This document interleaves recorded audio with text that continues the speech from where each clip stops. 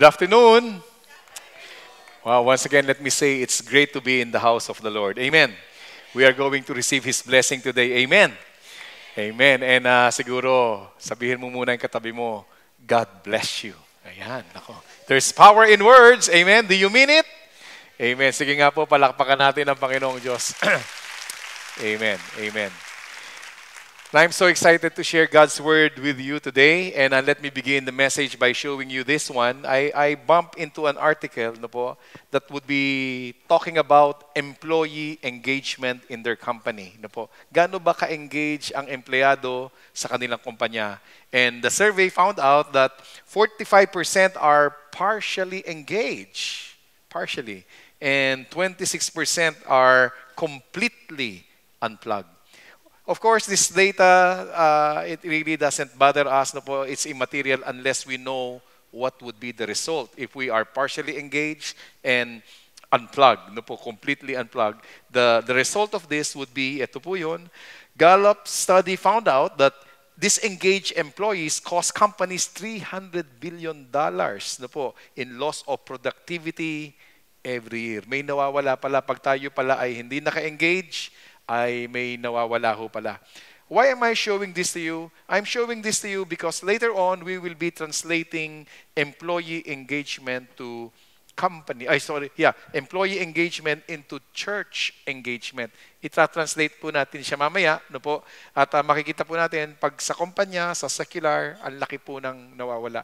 $300 billion loss in productivity, And so, ano ba ho itong employee engagement? Let me define what this is, It is a combination of being invested in your work.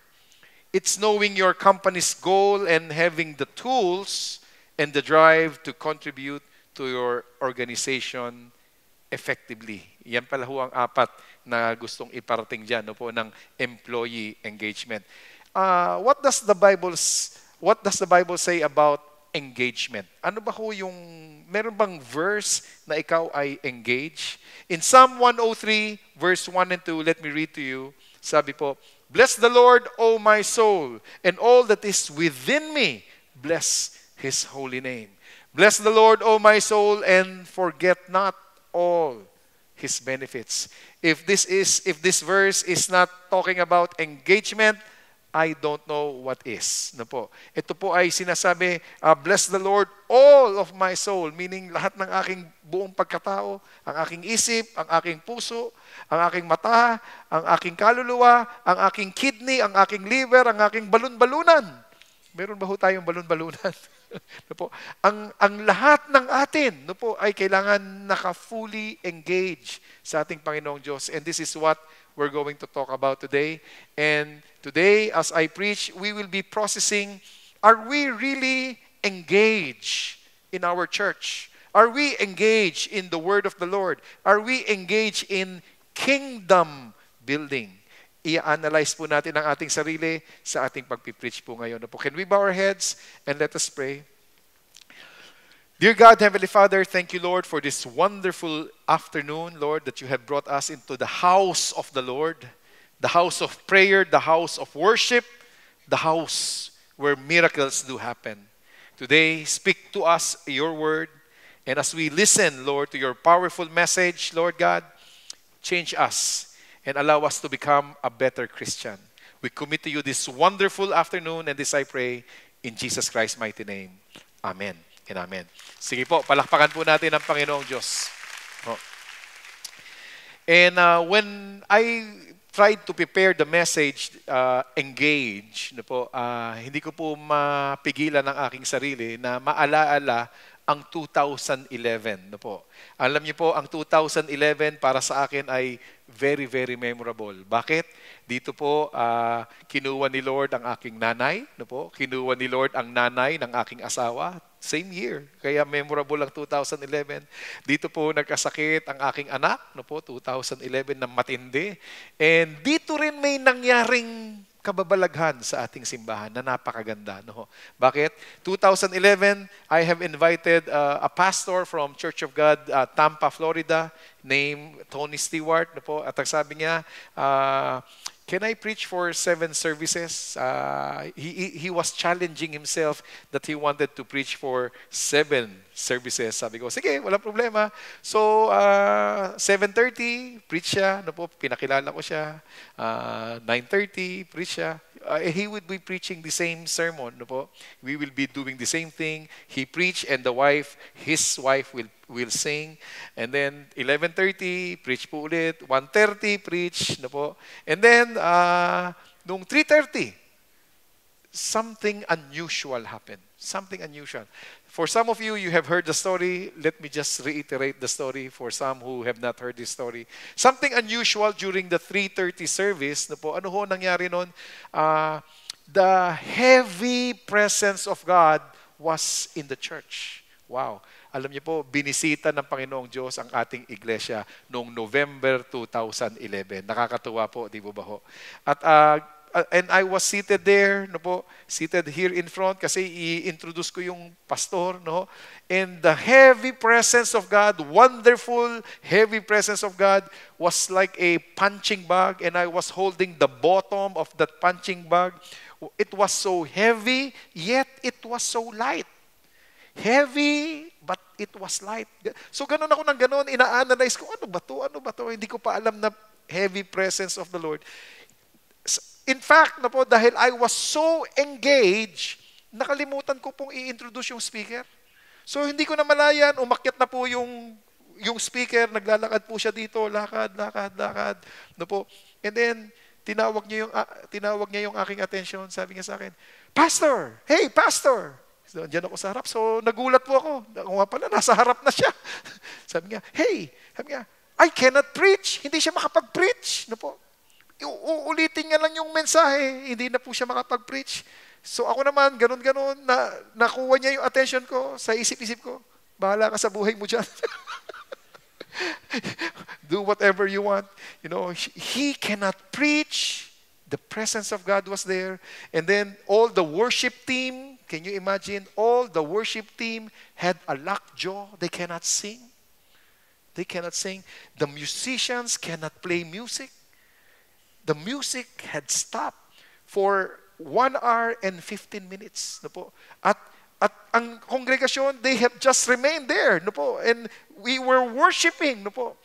After the worship, ang aking nagawa na lang talaga ay bumalik sa pulpit and do the benediction. And then later on, I was able to talk to a first-time visitor. Sabi nung first-time visitor, the best music I ever heard in my life. Grabe. The best music. Walang tumutugtog. Walang kumakanta. The best music they ever heard in their life. Sabi ko, pambihira. Palagay ko, ganun na lang kaya ang gawin natin. Wala nang tumutugtog. The best music. Yun po yung heavy presence ng Panginoong Diyos na sabi ko, Lord, once in a lifetime or minsan lang po mangyari na binisita po tayo ng Panginoong Diyos sa ganong klaseng pamamaraan. Kaya sabi ko, Lord, thank you for visiting the church. Sige po, palakpakan po natin ang Panginoon. And when I have experienced that once, it's not common, so to speak, it's not common. When you are engaged in that way, you would be locked in, you just would like to draw the presence of God, and you do not want to be disturbed. Locked in. And yung presence na yun, ano ba ho ang mangyari noon? Yung minsan na mangyaring experience yun, doon na lang ba nahihinto yun? Ganun na lang ba yun? Stop na, wala nang gagawin? Hindi. Kailangan po magpatuloy, kailangan natin magpatuloy na mag-engage. We have to continue to engage. Why? Because, sabi po dito sa verse 2, bless the Lord, O my soul. Why? And forget not all His benefits. Kayo po ba may tinamasang benepisyo sa Panginoong Diyos? Amen. Mahilig po tayo sa benepisyo. Ito po ang Panginoong Diyos nagbigay ng benepisyo. At babanggitin ko po ang mangilan-ngilan. Ano ba ho ang benepisyong natamasa ko sa Panginoong Diyos? Una, He had forgiven all our sins. Not only that He had forgiven all of my sins, He gave us healing for our diseases. Pag nawala na ang kasalanan, may dumadaloy na kagalingan. At hindi lang niya pinagaling ang ating mga karamdaman, binigyan niya pa tayo ng salvation comes from the Lord. Pag tayo po'y binawian na ng buhay. Pag sinabi ni Lord sa lupa, okay, Anthony, time's up. Nako, meron tayong salvation.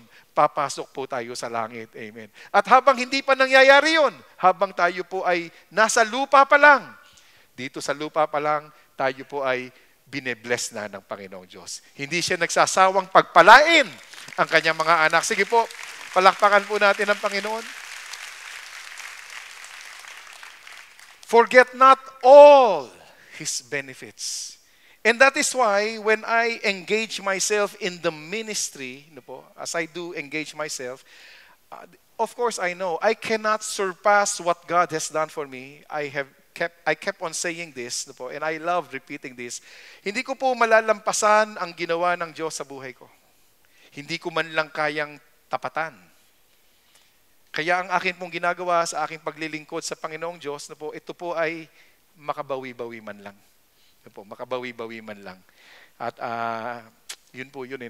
Out of my gratitude, yung depth of gratitude, Lord, makabawi-bawi man lang sa ginawa mo sa akin. Pwede mo bang tanungin mo ang iyong katabi, paano ka ba bumabawi kay Lord? Ayan, paano ka ba bumabawi? No? Kasi ito pong aking ginagawa, makabawi-bawi. Hindi ko siya kayang lampasan ang kanyang ginawa sa akin. Hindi kaya. Hindi kayang tapatan.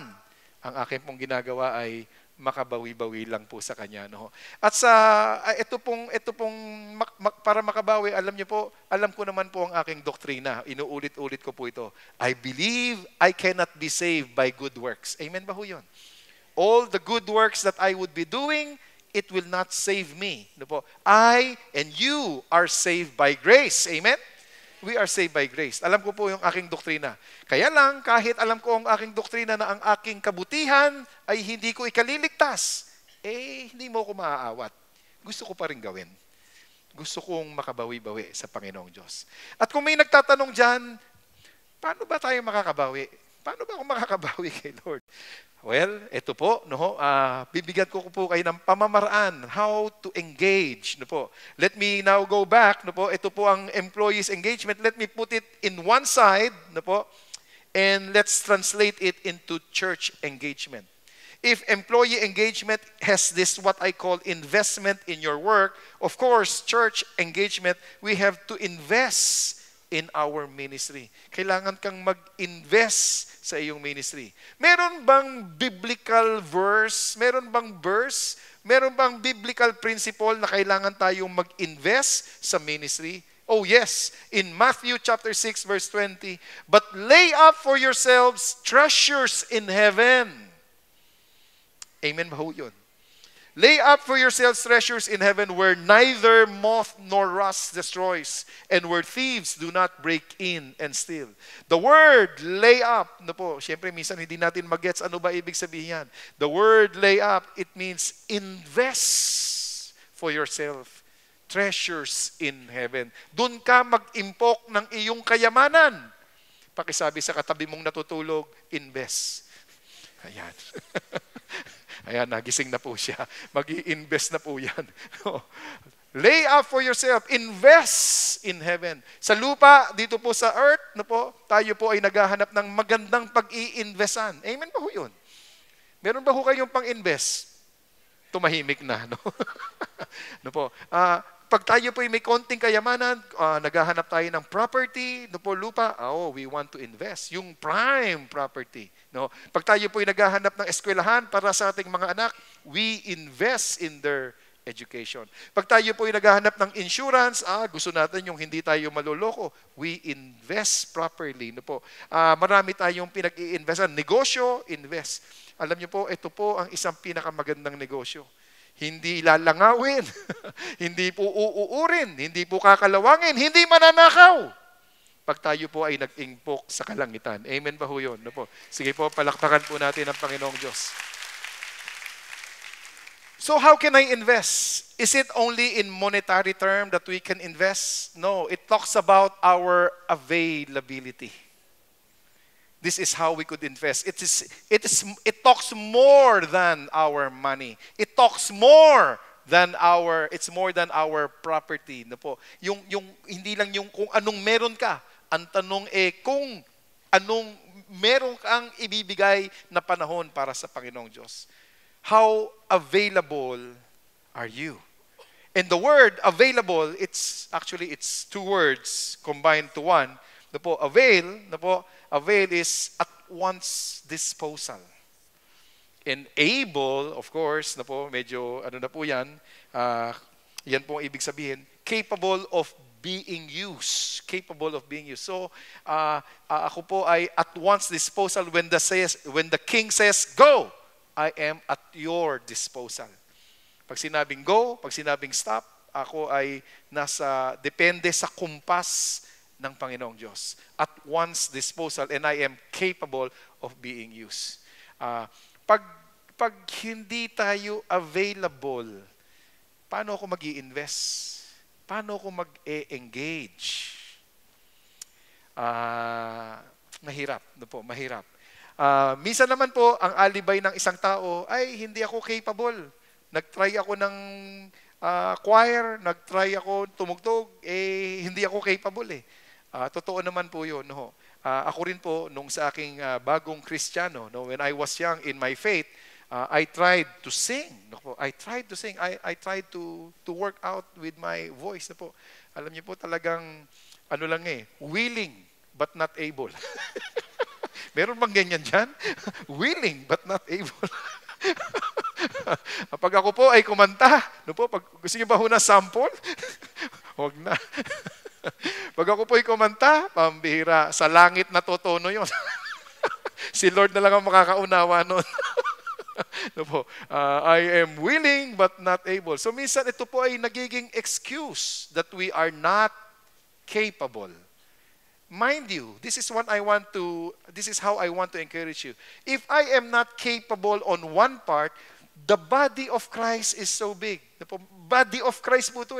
You, for sure, you will be capable in somewhere there. Meron pong ministry wherein you will perfectly fit in. Perfectly fit in. Hahanapin lang po natin yun. Tsatsagain lang po natin. Hahanapin yun. Ipapanalangin mo yun. Babasahin mo ang Bible. Mananalangin ka kay Lord. And for sure, since you are part of the body of Christ, for sure, meron pong ministeryo that you would perfectly fit in if we want to engage.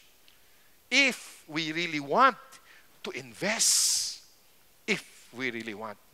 Meron pong talagang ministeryo. If we really want to be available for the Lord. Meron pong isang nag-aral ng Movers last time na in-offer po natin itong seminar na ito. Ito po si Pastor Mike from Iriga. And during our recess, nagkakwentuhan po kami ni Pastor Mike. And pambihira yung kwento niya, nakakamangha.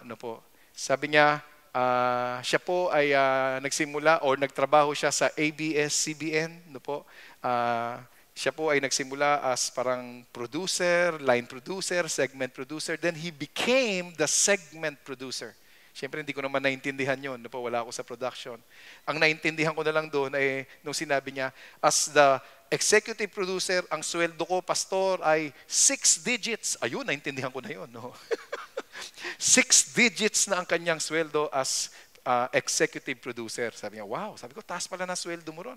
Pero dumating ang panahon, sabi niya, pastor, dumating ang panahon na meron assignment that I have to cover a story in Mindanao. At nagkataon naman, sabi niya, na ito ang panahon na ako ay magre-credential exam bilang pastor. Credential exams. Kami pong mga pastor ay merong credentialing, meron kaming ranking. So, we have to take that exam. Nagkataon na credential examination for my pastoral at nagkataon, meron akong kailangang i-cover na story sa Mindanao, sabi niya.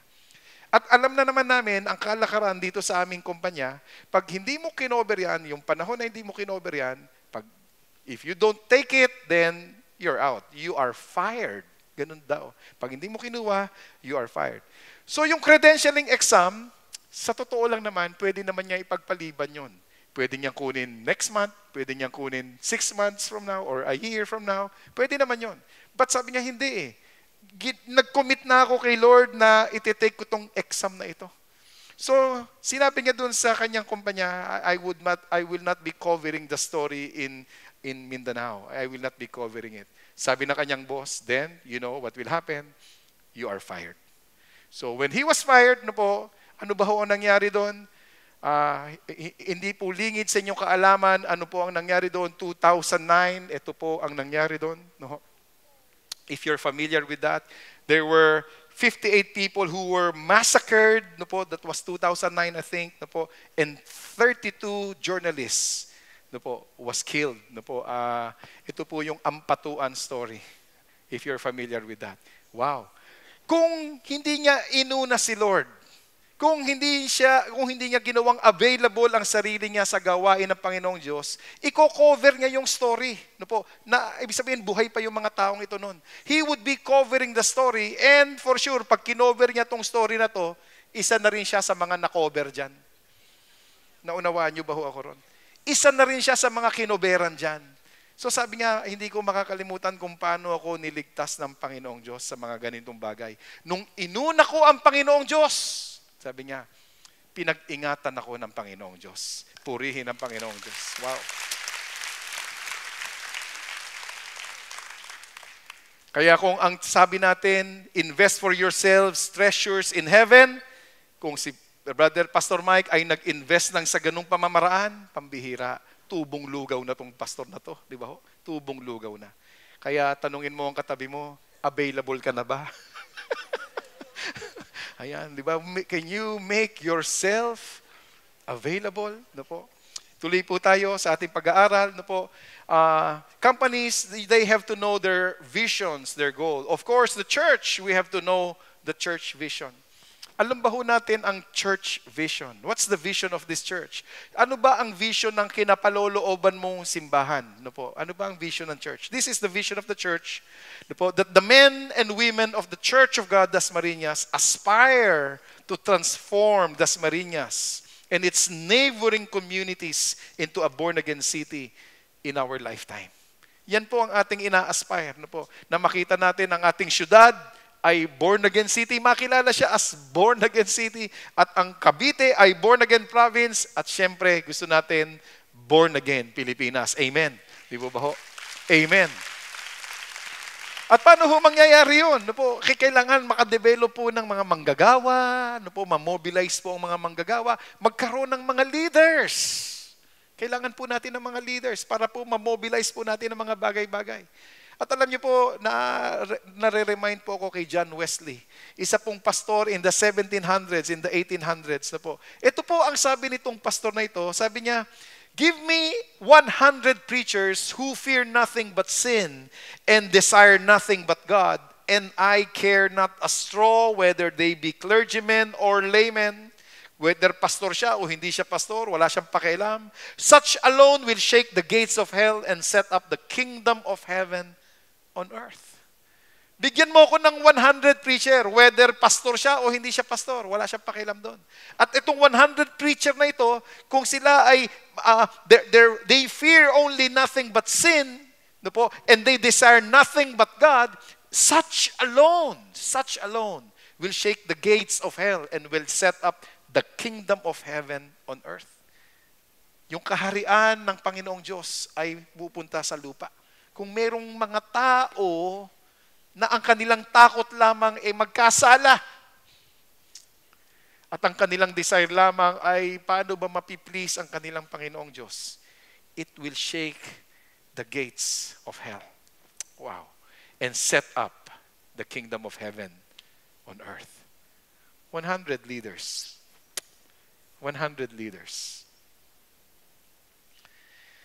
This is the vision of the church. This is our vision. And what is the mission of the church? This is the mission of the church, to realize this vision para maging makatotohanan ang vision na ito. Hindi lang ito katang-isip. The church of God shall take every opportunity and occasion to evangelize and minister to every lost soul in the name of Jesus Christ. Para mangyari, we take every opportunity to share. Ngayon, mauunawaan niyo ho kung bakit kadalasan pag may magpipreach pong pastor dito, ang laging ipapakita ay ito. Siyempre, hindi naman pwedeng leader agad. Magsisimula, yung madadali muna, kahit makapag-abot man lang ng tracks na yon, na ang magsasabi ay, mahal ka ng Panginoong Diyos. Jesus loves you. And I tell you, when you give these tracks to somebody, I tell you, when you say, love ka ni Jesus, alam mo, kailangan niyang marinig yun. Kailangan niyang marinig yun. Mahal ka ng Panginoong Diyos. At pag nabasa niya yan ba, may namatay pala para sa akin. And I pray that the Holy Spirit will speak to that person and somehow prompt him or her to go to a church. And I pray that he will go to this church. I pray. No po. Kaya po, taking every opportunity. Kaya po, ginawang packet size yan para dala po natin lagi. An opportunity na maibigay po yan. No? At alam niyo ba ho, ano hong ginagawa ng ating church? I would love to report to you, saan ba napupunta ang inyong tithes and offering? Ang isa sa mga pinupuntahan ng ating mga tithes and offering ay itong tracts na ito. We have it printed 1 million printing or quantity, no po, 1 million quantity, and that would be the price, no po. And we would love to distribute that, no po, 200,000 pieces a month. That's our prayer. Na pwede sana ma-give away at sana matulungan nyo kaming mag-give away ito sa mga taong nangangailangan, 200,000 pieces a month, no po. At ay makakilala sila sa Panginoong Diyos. Magastos? Opo. Gusto ko pang mas magastos pa sana. Amen ba ho yun? Parang ayaw nyo, no? Pero ganun ho talaga eh. Mas magastos pa yan. Mas maganda. No po? Mas maganda pa. No po? Alam nyo po, pagbuhay ang simbahan, magastos po talaga. Amen ba ho yun? Amen po. No po? Sige po, palakpakan po natin ang Panginoon. No? And I pray that we could finish it. No po? Drain the inventory. No po, para maipamigay po itong tracts na to sa mga nangangailangan. This is the vision of the church. No po. Kaya maganda pong alam natin, saan ba ako mag-e-engage? Saan ba ako mag-i-invest? Ito po yung pinag-i-investan natin. I have to know the vision of the church. And now that I know the vision of the church, then I have to be equipped to push. I have to be equipped to push. Paano ba itutulak to? Paano ba ang prayer? Paano ba ang evangelism? Paano ba ang proclamation? Paano ba ang worship? Paano ba ang praise? I have to be equipped. And I praise God for 29 years that we exist. Itong Church of God, DASMA, for 29 years, ang ating pong anibersaryo ay sa August. Tayo po ay biniyayaan ng Panginoong Diyos ng mga discipleship materials. Nakakatuwa. Mula sa pagiging born again or paano ma-born again hanggang sa ikaw ay magiging pastor or magiging leader muna. Baka matakot po yung iba.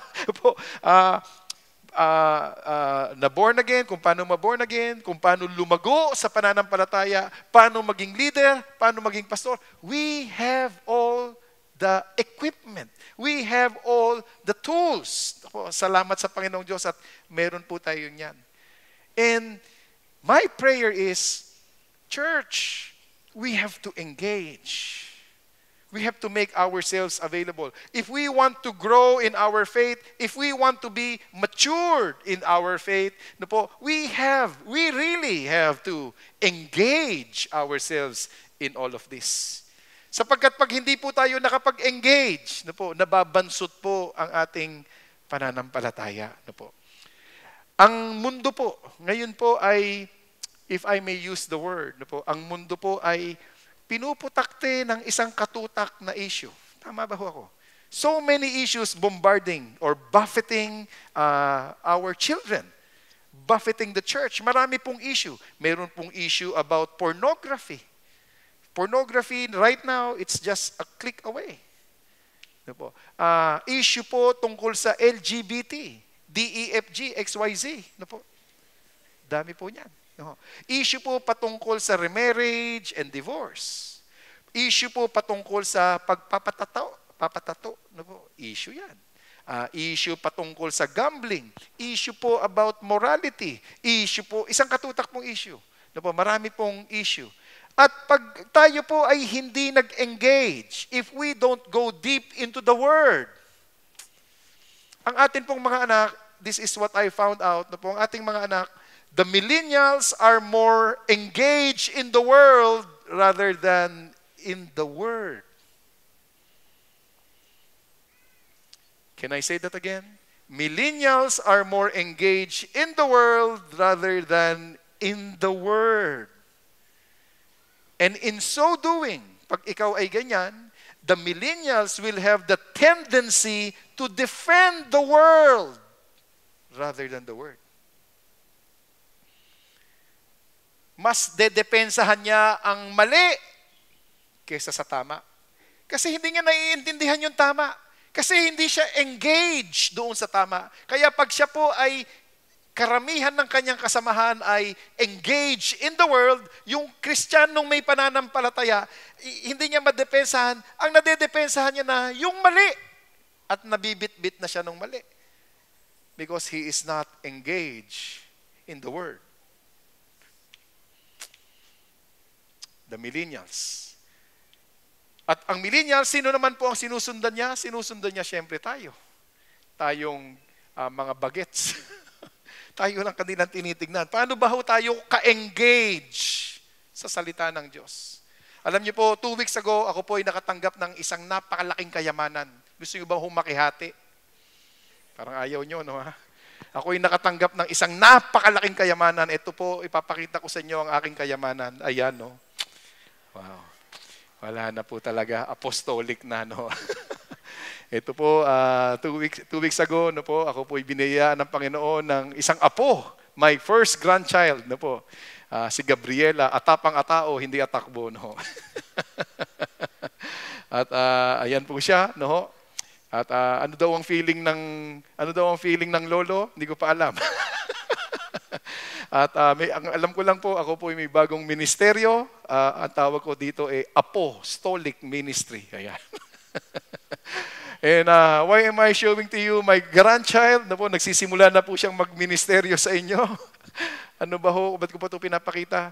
Somebody has to teach this child to be engaged in the Word rather than in the world. Somebody has to teach the next generation to be engaged in the Word rather than in the world. Kailangan po magpakita tayo ng tama. At nawa ay mahimok at maanyaya at ma-entice, ma-influence natin sila na lumalim ka sa salita ng Diyos. Lumalim ka sa salita ng Diyos. Finally, not only that I'm encouraging you to invest and know the church vision and be involved and make yourself available to be matured in Christ. Not only that, but we have to do it passionately, contributing to God's kingdom effectively. We have to be passionate. Kung sa mundo, sa company, you should have the drive. You should have the drive to earn. Sa Kristiyano, we must have this passion na makakontribute po. Ano ba ho yung passion? And I love this topic when I utter the word passion. Gustong-gusto ko po itong pinag-uusapan. Ano ba ang meaning ng passion? Ito pong passion, sa Greek word, nakakatawa. Ito daw po para kang nadudumi. Kailangan mo ng restroom. At walang makakapigil sa'yo para pumunta ron. Tama ba ho ako? When it's time to go, it's time to go. No.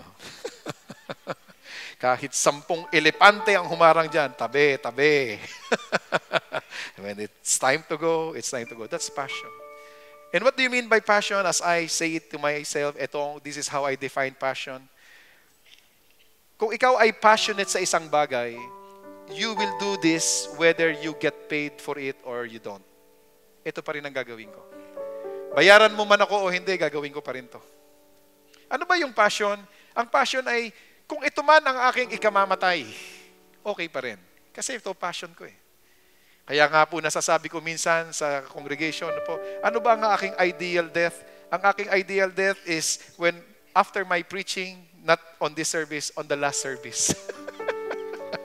On the last service, after I have preached and said amen and given the benediction and the church members have gone home, and when I said amen, when you have to go, time to go, yun po ang aking ideal, passing away. Sana pagbigyan ako ng Diyos doon. And if I die in that way, that's my passion, Lord. Okay na ako ron. Okay na ako, okay. Ikaw, anong passion mo, kapatid? Ano ang willing mong ikamatay, kapatid? Ayaw mo pang mamatay, ayaw ko pa rin. Pero pag mamamatay rin naman, ano yung willing ka? Then that is your passion. My passion is to save these people and I pray that they will be born again. That's my passion. Meron isang pastor po sa US, sikat na sikat po siya. Sikat na sikat po siya, si Francis Chan. And as I read some of his life story, nagsimula ang kanilang church sa 30 na po. And in 15 years, it grew to 6,000. Wow, that's phenomenal, especially in the US. From 30 to 6,000 in 15 years. 2010, nag-ibang hihip ng hangin, iniwan niya yung kanyang simbahan. Yung kanyang mega church, iniwan ni Francis Chan. At bakit niya iniwan? Isa sa mga dahilan kung bakit niya iniwan ang church, ito ang kanyang sabi, one of the problems in our church is when I hear the words, uy, si Francis Chan. Ibig sabihin, mas sumisikat siya. More than I hear the word, Holy Spirit. At dahil doon, dahil mas naitataas siya, believe din ako sa kanyang desisyon. No? Dahil sa mas naitataas siya, sabi niya, hindi, mali, dapat Holy Spirit. So iniwan niya po yung church at nagtayo na lang siya, meron na lang siyang small group, 20 people, okay na po siya doon. Yun ang po kanyang sinisharan. Naiintindihan ko po yung pressure ng mega church. Naiintindihan ko po yung stress, the demand, the stress, all of those things. I do understand po. Naiintindihan ko siya doon sa I cannot condemn him, po. I cannot judge him. I know the pressure of a big church. Nevertheless, sabi ko sa aking sarili, sayang, Pastor Francis, you have this platform of influencing the people. Turo mo Holy Spirit, yung hindi ikaw ang sisikat.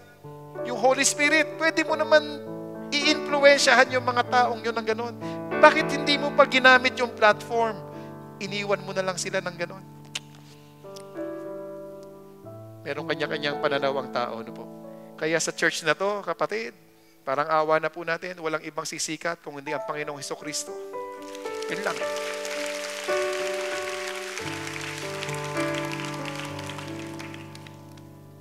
Will I follow his suit? Susundan ko ba yung kanyang nilakbayan na iiwan ang malaking simbahan? Parang hindi ko kaya. Parang hindi ko kaya. No? Bakit? Compelled to do the Great Commission and to encourage you, let's go out there and save more people. Why? To make the church big so that there will be more stress, so much pressure, so much demand. Hindi. Hindi yun.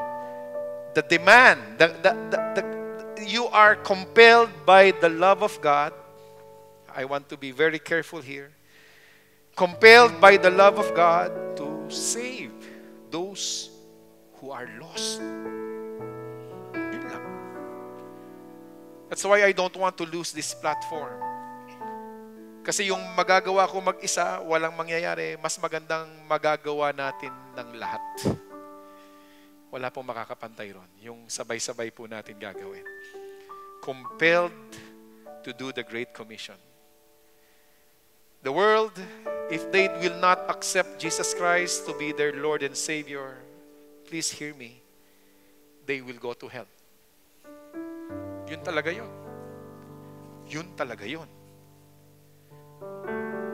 So I'm mobilizing the church. Let's do that. 100 leaders who fear nothing but sin and desire nothing but God. I hope. Finally, let me end this message with another story. Kanina macro, ngayon gawin ko pong micro. 2 weeks ago, meron pong lumapit sa aking mga kabataan. Kaya nga, Pastor, pag-pray niyo po kami. Sabi ko, pinag-pray ko po sila. Later on, nakasalamuha ko po yung pastor nila. Sabi nila, ayan, Pastor, sabi sa akin, yan, magpapakasal na sila, worker ko sila sa church, leaders ng church. Itong dalawang ito, lalaki at babae, leaders ng church, magpapakasal na sila. Wow, sabi ko, praise the Lord. O mag-helmet kayo, ha? Sabi ko, biro-biro, no? Sabi ng pastor, kaya lang, malungkot ako, pastor eh. Sabi niya sa akin, nagsusumbong yung pastor sa akin. Malungkot ako eh, kasi yan dalawang yan, magpapakasal sa simbahan ng kanilang magulang na hindi natin kapananampalataya, meaning different religion, different faith. And I won't be mentioning that religion. Different.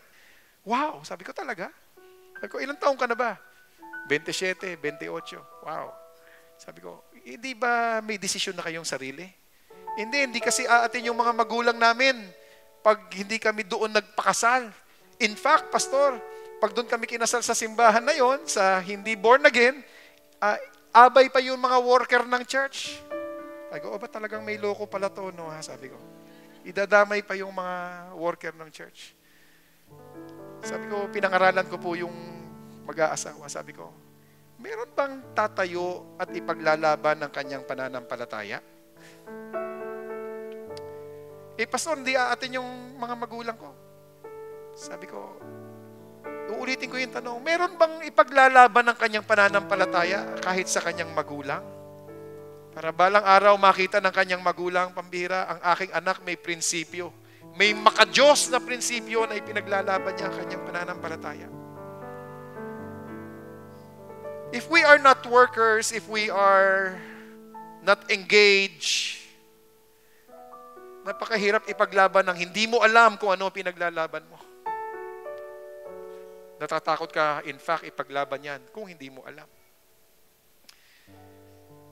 And I pray, and I would be asking the congregation, if I have asked them that way, if I may ask you, kaya mo bang ipaglaban ng Panginoong Diyos ng dikdikan?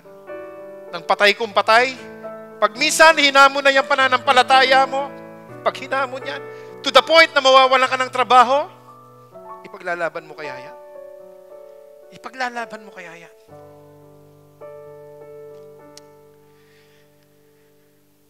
Are we unplugged?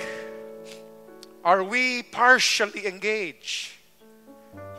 Or are we fully engaged? Today, as we end the service, as the worship team sings, today, if you say, Lord, I want to be engaged fully, passionately. I will invest in your kingdom and teach me your will in my life. If this is your prayer, na nagsawa ka na simba uwi, pagkasimba, nagmamadali ng umuwi. Kung nagsawa ka na ng ganun, gusto mo ng Panginoon, gusto ko ng lumago. Ayoko yung Sunday worshiper na lang ako. Kasi pag ako ay naging worker, pag ako ay naging leader, pati weekday, ultimo yung pahinga mo, baka ibinibigay mo pa sa Panginoong Diyos. Ultimo yung pahinga mo, ini-invest mo pa sa Panginoong Diyos. Baka magkaganon. At alam mo, kung magkakaganon man, hindi masama. Kasi pag-iingatan at magpapalain ka ng Panginoong Diyos. Hallelujah.